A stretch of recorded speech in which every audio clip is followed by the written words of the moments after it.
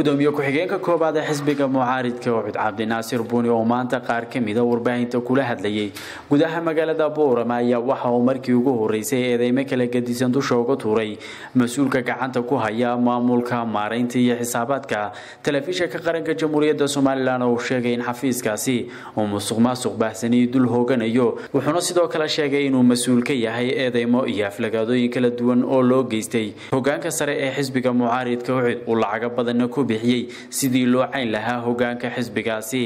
toosan ee qarannimada Soomaaliland shirweyne ayaanu qabsanay guddida fulinta ee xisbiga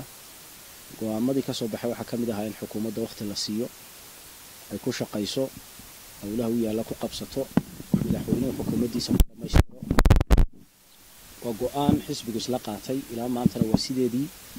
oo xukuumadda fursad baanu siinaynaa mucaaradnimaduna ma aha in la soo taagnaado wax walba in wax laga dayo annagoo sidaa ayaa guddiyada kala duwan ee warbaahinta xisbiga waxa uu yimiday dhalinyaro ka cabanaysa telefishinka qaranka Soomaaliland oo howlwadana ka ah dhalinyaradaas waxay ka cabanayeen in xaq darro lagu hayo in barkooda ay ku shaqeeyaan muddo dhaaf mushahar la'aan in la yiraahdo marka telefishinka qaranka ay shaqo ka doona kamaradaha soo iibsada xisbiga isagoo taa u koorgalaya madaxa warfaafinta noo qaabilsan baan arrinta baadhis u dirnay report-ku noo keenay guddida joogtada loo keenay xisbiga anagu gudoomiye u ahay waxaan halka ka sheegnay in wasiirka warfaafintu uu yahay nin cusub oo sharaf leh wasiir ku-xigeenkuna nin cusub yahay hawlwadeenadiisa DG-ga iyo la taliyaashooda waxa laga cabanayna waxa ahayd waa telefishinka qaranka khaasatan inanka u qaabilsan maamulka iyo xisaabta ee xasan la yiraahdo waxaanu soo saarnay in arrinta baadhis lagu sameeyo hay'adaha ku shaqo kale hanti dhowr ku galaan arrinta wax ku jiray ma jirto waana arrimo historian xisbiyadu u adeegayeen nasiib darro inankaasi sidii aanu horeba u sheegnay waa nin dul hooganaysa musuqmaasuq xukuumaddii siiraayo hore ay xidhay markii ugu horeysay dadka uu ka baxay muddo dhaweyto ku soo noqday waa nin ku caanamaalay musuq taas aad buu arrintaas uga gubtay baahinta damiirkooda wuxuu cajalada iga iibiya $300 baa siinaya waxa la haddaad warkayga tawaasun si aan u sameeyno oo isku miisaano waxaad xaq u leedahay inaad ka hadasho uu diiday inuu istifaaco wasiirku uu tagay wasiirku wuxuu ku aniga lama hadal adaa lagu la hadlay ka hadal hadda wuxuu bilaabay inuu shabakado Soomaaliya laga leeyahay madaxda xisbiga uu ciidaada soo caaya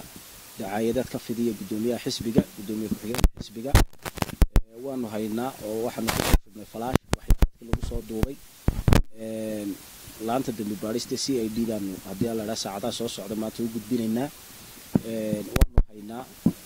dad kale oo gobolada Soomaaliland kala duwan bay ayuu la hadlayaa oo ku qasbaya in madaxda xisbiga la caayo arrintu waxa weeye musuqan in la dagaalamo xisbiyada mucaaradku haday mabdiyan soo bixi lahaayeenna wata koobaad bahay kulmiyana taatu lamid ku galay waxaanu madaxweynaha ugu baaqaynaa inuu musuqa wax ka qabto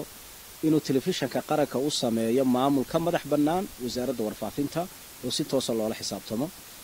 hanti badan baa soo gasha miisaaniyad badan oo waxa ku baxda qayrul xad ah waa sharaf in miisaaniyadda noocaas loo sameeyo sababtoo waa warbaahinta qaranka illa tayeeyaase ka muhiimsan laakiin hadii musuqmaasuq la leeyahay madaxda xisbiyada ee fursadda madaxweyne ku siiyay soo caaya arrinanu qaada karna ma dhanka kalena gudoomiyuhu waxa uu si adag uga hadlay hadallada ay isweydaarsanayaan madaxweynaha Soomaaliland iyo gudoomiyaha xisbiga mucaaridka wadani isagoona sheegay inay ka daayaan bulshada hadallada isdhaafsanayaan leeytooda horta madaxweynuhu waa madaxweynaha Soomaaliland inuu madaxweynaha Soomaaliland yahayna ceer isaga hore oo aqbalo yiri waa nalaga guuleysto doorashada waan aqbalay aqbalaadiisi buu madaxweynaha ku noqday maadaama madaxweynaha uu aqbalaadiisi ku noqday sababo uu si yiraahdo doorashadii waanu amaahinayna mas'uuliyadeeda iyo isaga qofkiisa inuu fiicnay madaxweynaha laftiisana kuma jooga horta arrimo badan baa madaxweynaha la sugaya 2 bilood wali muu gaari 5 sano la doortay waxaan wax ka culus baa soo mari doona isaga laftiisu waxaan madaxweynaha soo jeedinaynaa inuu wax walba ka jawaabin dee wixii xisbiyada mucaaradka uga yimaada toosin u arko wixii uu qoonsadana dee ragga maalin walba la isarkaayo iska arkaan oo ku talin lahaa